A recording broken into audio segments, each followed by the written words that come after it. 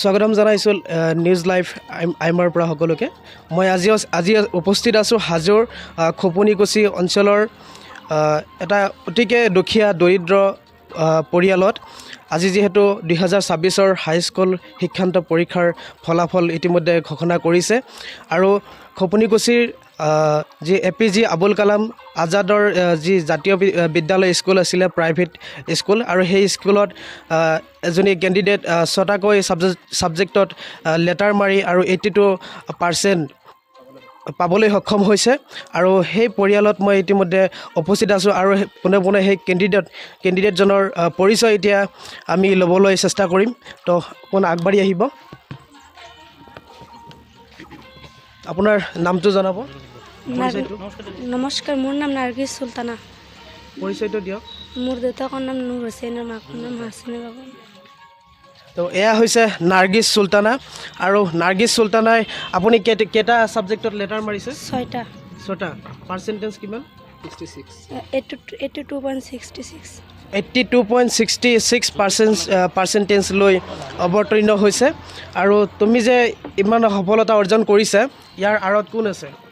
মোৰ father mother আৰু মোৰ টিচাৰসকলো আছে আৰু ঘৰৰ সকলো মানুহে আছে, আংকল আণ্টি চব আছে আৰু চব সকলোৱে মোক সহায় কৰিছে। আৰু তোমাৰ দেউতাই কি কাম কৰে? মাছৰ বেপাৰ কৰে। মাছৰ বেপাৰ কৰে। তো এই স্কুলটোৰ নাম কি আছিলে? ডক্টৰ APJ আব্দুল কালাম জাতীয় বিদ্যালয়। সেইখিনি অকণমান জনাই দিবা।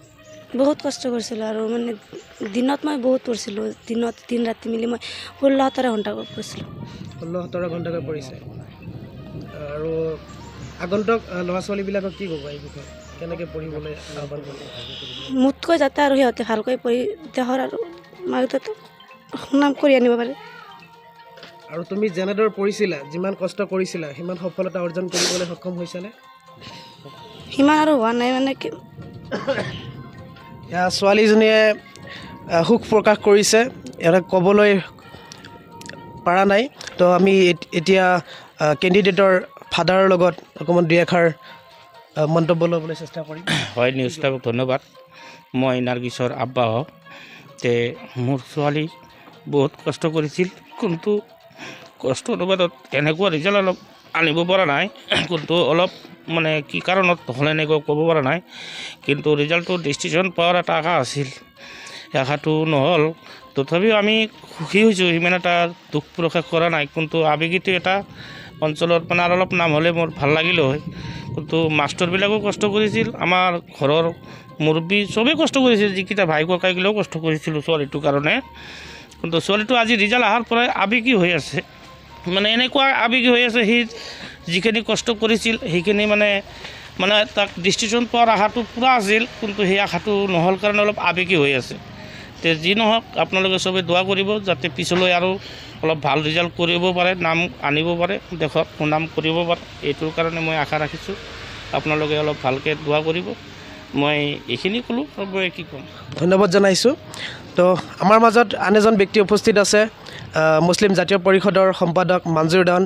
মঞ্জুৰ দেৱানৰ পৰা আপুনি মই বিশেষ এতিয়া একো নকওঁ। আপোনালোকে দেউতাকে যিখিনি কথা ক'লে আৰু ছাত্ৰীজনীয়ে যি শোকত ভাঙি পৰিছে, শোক প্ৰকাশ কৰিছে, খুবেই দুখ লাগিছে আমাৰ মুছলিম জাতীয় পৰিষদৰ সকলো সদস্য।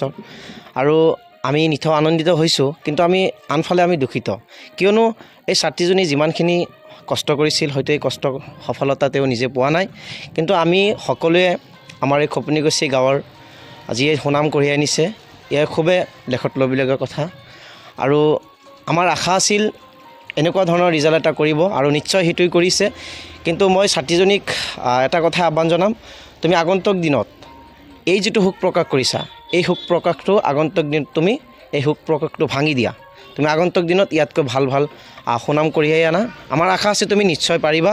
আৰু এনেকুৱা ধৰণৰ ছাত্ৰীসকলক আমি মুছলিম জাতীয় পৰিষদে নহয়, সকলো গাঁৱে ভূঞে আমাৰ সমগ্ৰ ভাৰতবৰ্ষই নহয়, সমগ্ৰ আমাৰ অসম ৰাজ্য যিমান আছে, সকলো মানুহেই এনেকুৱা ধৰণৰ ছাত্ৰীসকলক আপোনালোকে সকলোৱে আগুৱাই লৈ প্ৰচেষ্টা চলাই যাওক।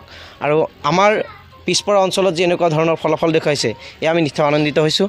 আৰু আমি ছাত্ৰীজনীক মুছলিম জাতীয় পৰিষদৰ তৰফৰ পৰা আমাৰ এই পৰিয়ালবৰ্গৰ পৰা আমি ধন্যবাদ জ্ঞাপন কৰিছোঁ। আৰু আমি তেখেতক আমি শুভেচ্ছা জনাইছোঁ। ধন্যবাদ এইখিনি কৈছোঁ আৰু ছাত্ৰীজনী যাতে ভৱিষ্যতে ইয়াতকৈ ভাল ফলাফল আমাৰ মাজত লৈ আনে। ধন্যবাদ। খুব 2026 চনৰ যিহেতু আমাৰ হাইস্কুল শিক্ষান্ত পৰীক্ষাৰ ফলাফল আমি এক্সাইটেড আমাৰ ল'ৰা ছোৱালীবিলাক যেতিয়া আমাৰ অঞ্চলৰ নাম কঢ়িয়াই আনে। তো এই ছোৱালীজনীয়ে বহুত কষ্ট কৰি পঢ়িছে, অতি দৰিদ্ৰ ঘৰৰ পৰিয়াল আৰু এই পৰিয়ালত অতি সুন্দৰ ৰিজাল্ট কৰিছে। আমি সংগঠনৰ পৰা আহিছোঁ, তাইক সম্বৰ্ধনা দিছোঁ আৰু শুভেচ্ছা যাচিছোঁ আগন্তুক দিনত তাই যাতে ইয়াতকৈ ভাল ৰিজাল্ট লৈ আহে আমাৰ মাজত।